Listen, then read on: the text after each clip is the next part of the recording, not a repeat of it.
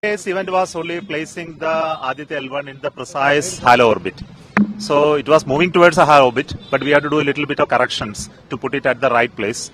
So something like a 31 meter per second velocity has to be given cumulatively to the satellite to keep it at the right orientation. So basically it's a HaloOrbit. It's an orbit which moves around L1 point with a size of 6 lakh kilometer in one dimension, 2 plus lakh in another dimension, 1 lakh kilometer in another dimension. So it formed like an egg. So in this new orbit it has to be placed, it has to be very precisely put. If we don't do the correction today, it will escape from this point. Okay, we will not allow it to escape if it does not happen. There are some contingencies, but I am only telling mathematically it can escape. So that has been very precisely done. Ultimately what we achieved today is exact placement based on our measurement and very correct prediction of the velocity requirement.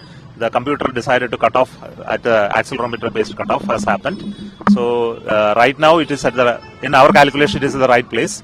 But we are going to monitor for next few hours to see whether it is at the right place. Then if it is slightly drifted, we may have to do a little bit of correction, and we don't expect that to happen.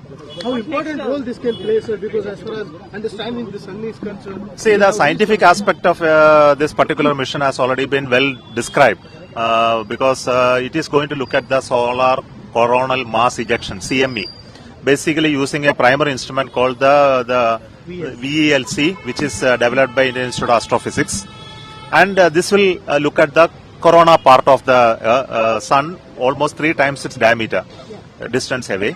And corroborating that, there will be other measurements, which is again by a payload called SUIT, which is going to look at the entire disk of the sun in ultraviolet in various frequency bands, which is already images we have already put out in the website.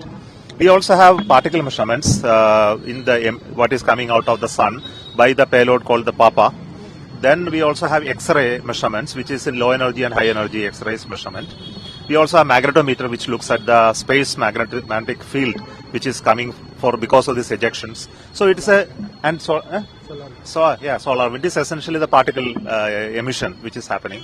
So we look at all of this in a very correlated manner, which is very unique part of this mission. This is not only a national mission, but also the international community. See, everybody is looking at it, yeah, because understanding sun is not important for India alone. It's central for the entire global.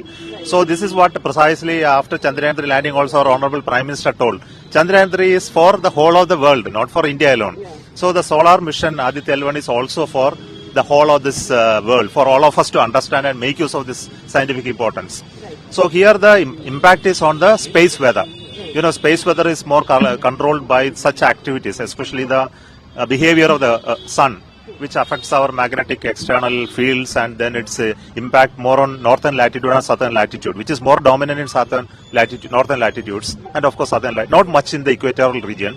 So it is more dominant for areas other than India, precisely, to be technically correct. So that way a lot of people are interested to understand this effect. So we look forward to a lot of scientific outcome come in the coming days. At least 5 years of life is guaranteed with the fuel left out in the satellite also.